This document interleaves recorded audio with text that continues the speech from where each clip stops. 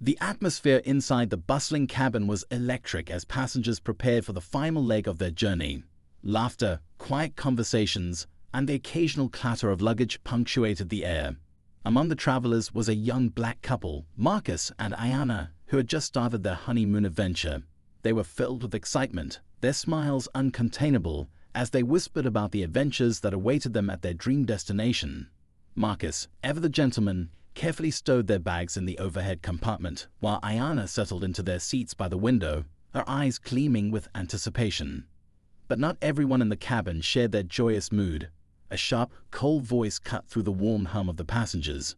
"Excuse me," the flight attendant snapped, her tone carrying a weight of irritation that seemed unnecessary for the situation.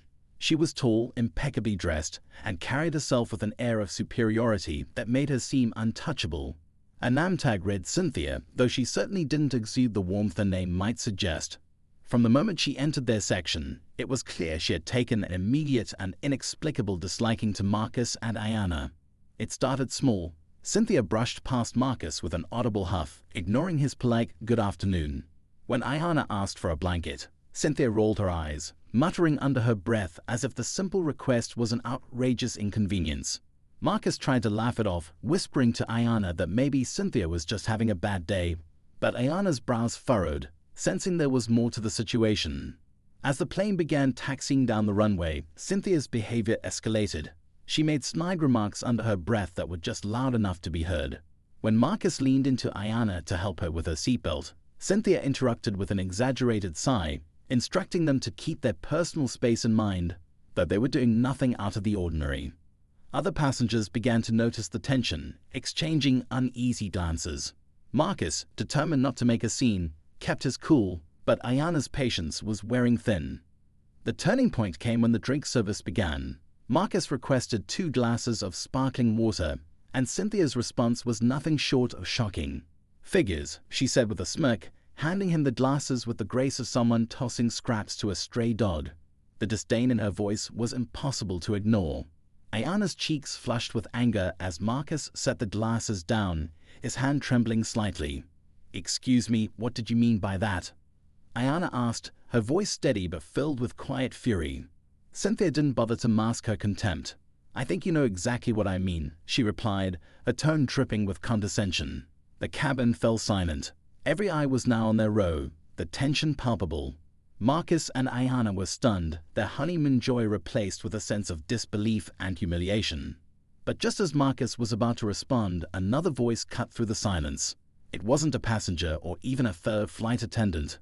It was the captain himself, emerging from the cockpit with an air of authority that demanded attention. "Is there a problem here?" he asked, his sharp gaze flicking between Cynthia, Marcus, and Ayana. Cynthia's smug expression faltered for the first time, but she quickly regained her composure. "No problem at all, Captain," she replied, her voice sugar-sweet. The captain's eyes narrowed, clearly unconvinced. He glanced at the other passengers, many of whom nodded or murmured in support of the couple. "Actually, Captain, there is a problem," one passenger said, her voice firm. "This young couple has been treated horribly since they boarded." Cynthia's face turned ashen as the captain's jaw tightened. He turned back to her and said firmly, "Cynthia, let's have a word in the galley." The flight attendant hesitated, her eyes darting between the captain and the couple before following him to the back of the plane. The murmurs among the passengers grew louder, a mix of outrage and support for Marcus and Ayana. Ayana looked at Marcus, her hand finding his. "Do you think she'll actually face consequences?" she asked quietly. Marcus shrugged, his expression a mixture of anger and exhaustion.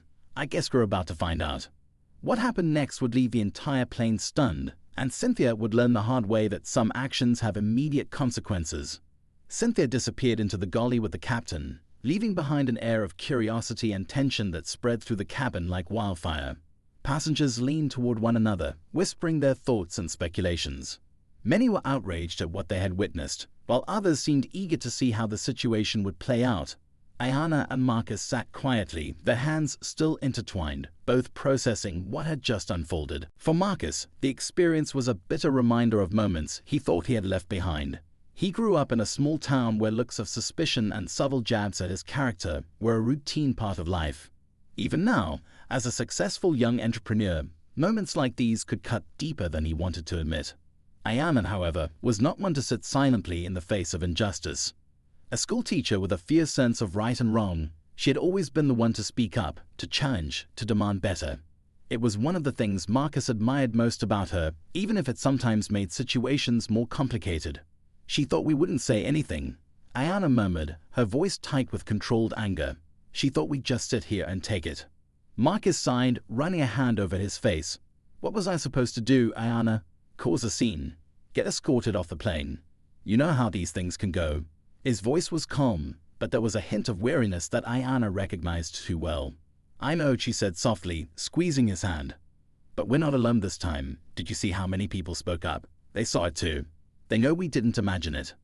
Before Marcus could respond, the curtain to the galley fluttered slightly, and passengers quieted as Cynthia re-emerged. Her face was pale, her usual air of superiority replaced by something that resembled unease. She avoided eye contact with everyone as she returned to her station, methodically organizing the drink cart as though nothing had happened. The passengers exchanged puzzled glances, unsure what to make of her subdued demeanor. Moments later, the captain's voice came over the intercom, calm yet authoritative. Ladies and gentlemen, thank you for your patience. We're currently addressing a situation on board, and I want to assure you that it's being handled appropriately. Please enjoy the remainder of your flight. The message was vague, leaving more questions than answers, but it was clear something had shifted. Marcus and Ayana exchanged a look, neither of them feeling entirely reassured. They noticed Cynthia stealing glances their way, her expression unreadable. Was she angry? Embarrassed? It was hard to tell, but the tension was impossible to ignore. As the flight continued, Ayana couldn't help but replay the events in her mind, trying to make sense of it all. What could have made Cynthia so openly hostile toward them? Was it a bad day? Personal prejudice? Or was it something else entirely? Every time she thought about Cynthia's sneering tone, her blood boiled all over again. Marcus, meanwhile, tried to focus on the in-flight magazine, though his mind kept drifting to the captain's words. Handled appropriately could mean so many things. Would there really be consequences? Or would this be swept under the rug like so many other incidents they'd experienced? The couple wasn't the only ones reflecting on the situation.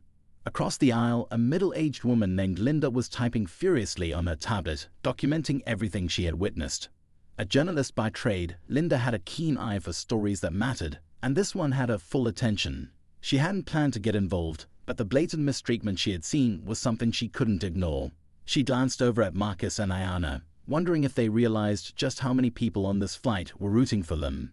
Meanwhile, a few rows back, a group of young passengers whispered among themselves. One of them, a college student named Ryan, had recorded the entire altercation on his phone. "You think this'll go viral?" he asked his friend, showing him the footage. "This is crazy." That flight attendant's attitude was unreal. "Depends," his friend replied. "If they actually do something about it, people will definitely be talking. But if they don't, well, it's just another example of how messed up things can be." The buzz in the cabin grew louder as more passengers began to share their thoughts, creating a ripple of conversation that seemed to spread like wildfire. Some passengers speculated about what the captain might be doing. Others debated whether Cynthia would face consequences or simply get a slap on the wrist. A few passengers, clearly uncomfortable with the growing tension, buried themselves in their books or headphones, hoping to avoid being drawn into the drama. As the drink service resumed, another flight attendant, a younger woman named Emily, approached Marcus and Ayana's row. She wore a warm, apologetic smile, her voice gentle as she addressed them. "I'm so sorry for what you've experienced today," she said quietly, crouching slightly to speak at their level. "I can't imagine how you're feeling, but please know this isn't being taken lightly." Ayana nodded, her expression softening slightly. "Thank you," she said, her voice laced with a mix of gratitude and lingering frustration. Marcus gave Emily a polite smile but said nothing, still unsure what to make of the situation. Emily lingered for a moment, as though she wanted to say more, but the weight of the tension in the air seemed to hold her back. "If you need anything at all, just let me know," she finally said before moving on to the next row.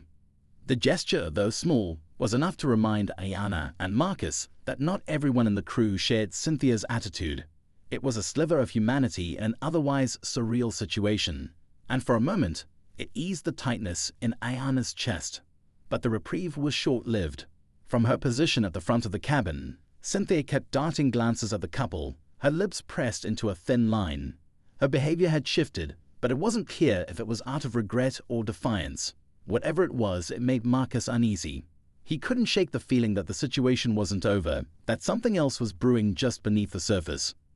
As the plane began its descent, the captain's voice came over the intercom once more. "Ladies and gentlemen, we'll be landing shortly.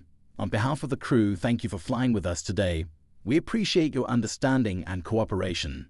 His tone was calm, but Marcus couldn't help but read between the lines. The emphasis on cooperation seemed deliberate, almost as though he were preparing the passengers for something unexpected. Marcus exchanged a glance with Ayana, who raised an eyebrow in silent question. He shook his head slightly, unsure of what to say. As the wheels touched down and the plane taxied to the gate, the anticipation in the cabin reached a boiling point. Passengers shifted in their seats, gathering their belongings and stealing glances toward the couple and the flight attendants.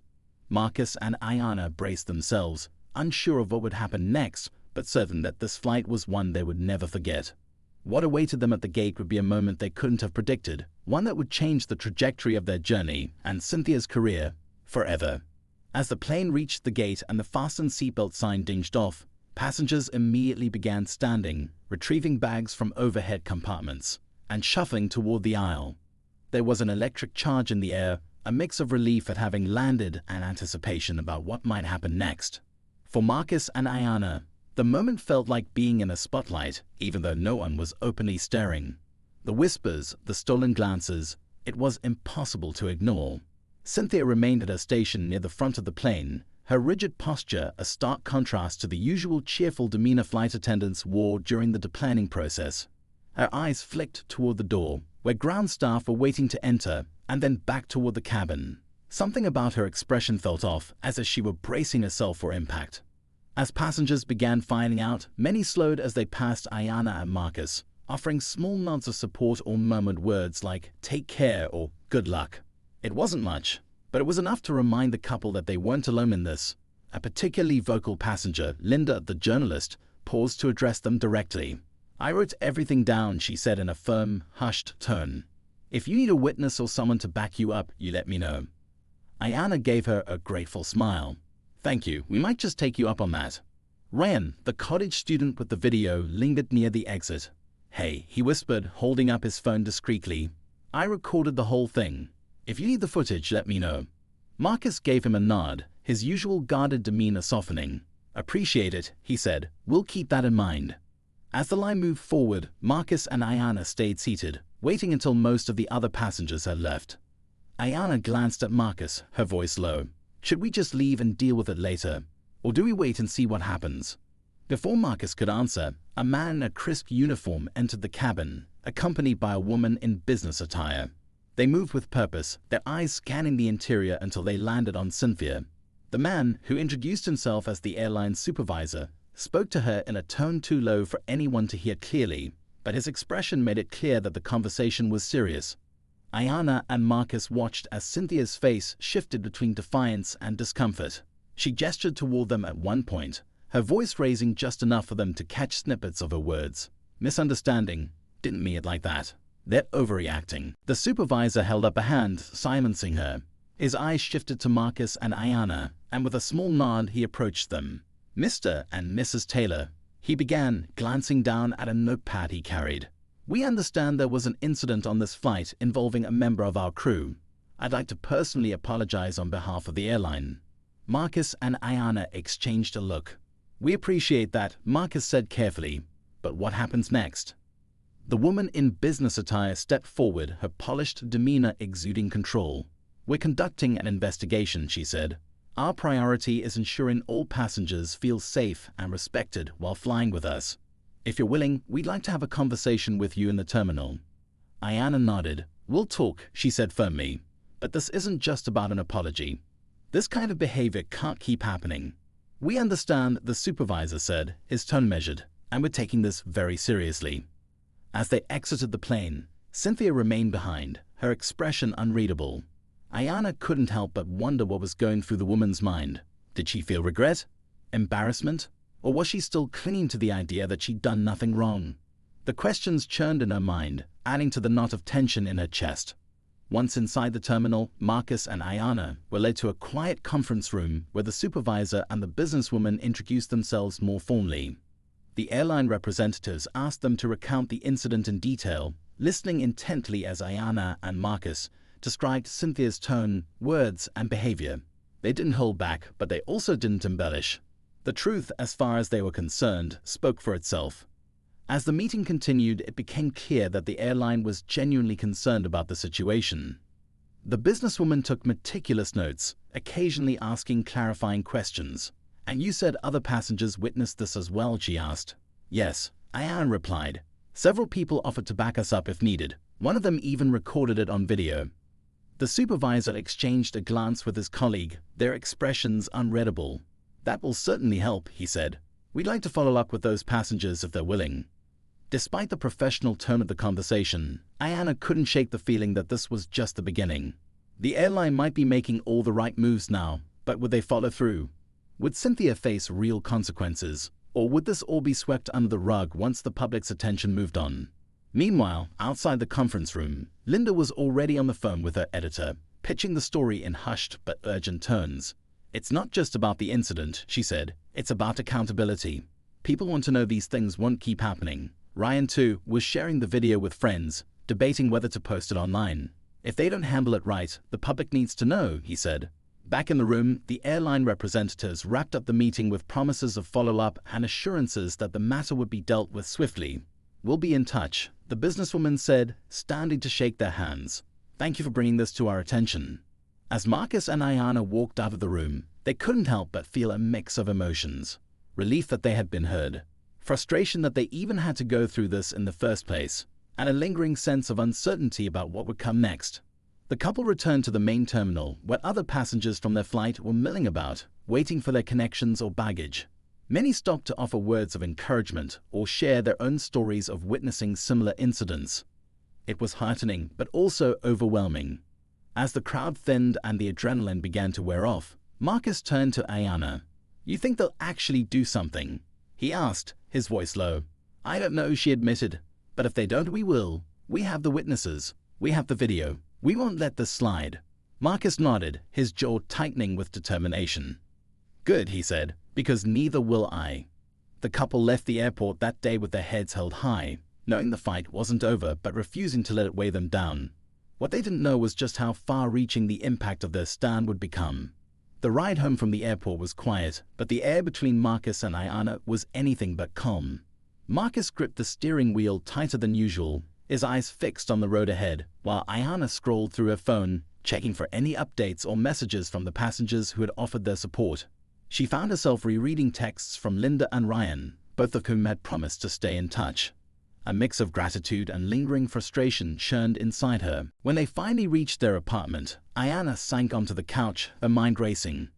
"Do you think they're actually going to fire her?" she asked, breaking the silence. Marcus sat beside her, his voice steady but firm. "I don't know, but if they don't, we'll make sure people know what happened." As if on cue, Ayana's phone buzzed. It was a notification. Ryan had uploaded the video of the incident, and within minutes, it was already gaining traction. The video, shaky but clear, captured every word of Cynthia's condescension, every moment of Ayana and Marcus's calm but firm responses, and even the reactions of the surrounding passengers. The caption read, "This should never happen in 2025. Do better, airlines."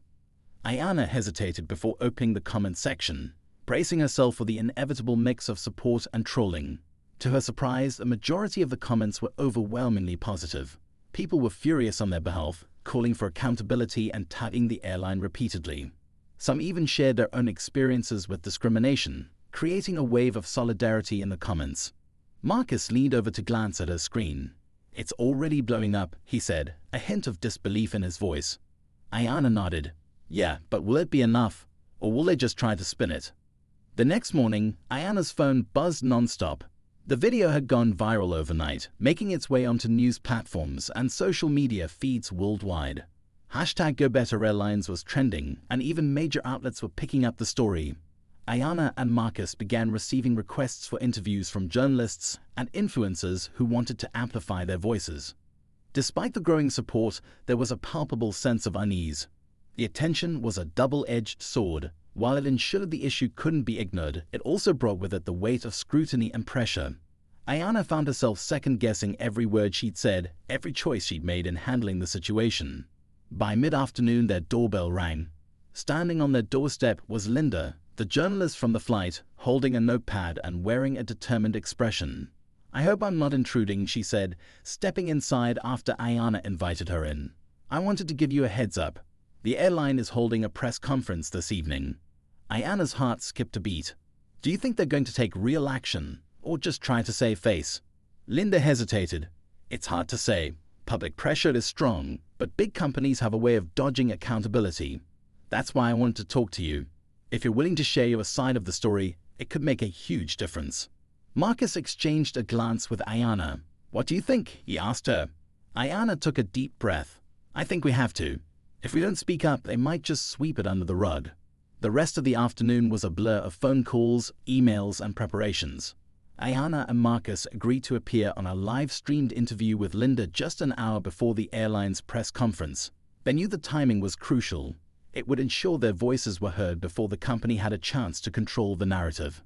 As the interview began, Ayana felt the weight of every word she spoke. She recounted the incident calmly but passionately, describing not only what had happened, but how it had made her feel. "It wasn't just about the words she used," Ayana said.